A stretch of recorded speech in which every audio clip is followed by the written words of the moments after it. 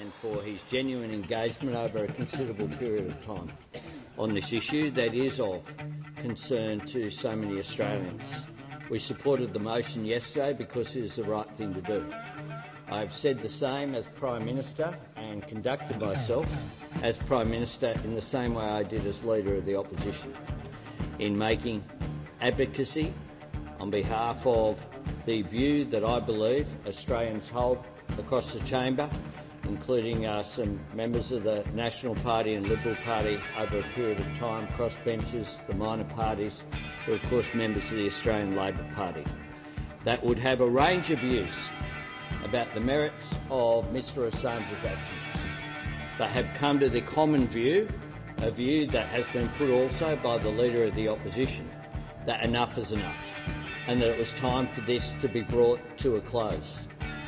I have, from the very first occasions where I had an opportunity as Prime Minister, raised this issue at the highest levels with the United States and with the United Kingdom, with people at the highest levels and throughout the structures. It has been raised by our diplomats as well, including the Ambassador to the United States and the High Commission to the United Kingdom, who has visited Mr Assange in prison as well to check on his welfare.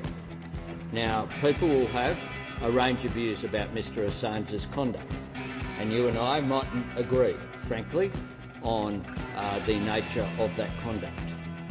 But regardless of where people stand, this thing cannot just go on and on and on indefinitely.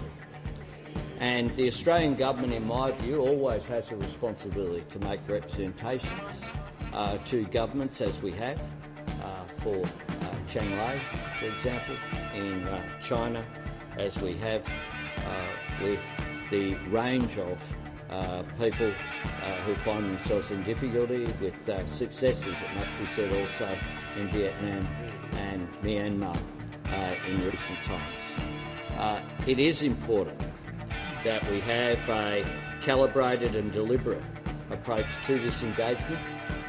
We are continuing to do that, including the discussions that have taken place over a considerable period of time with Mr Assange's lawyers.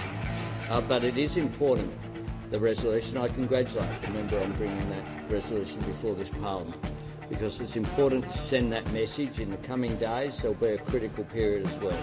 I hope this can be resolved. I hope it can be resolved amicably. It's not up to Australia to interfere in the legal processes of other countries.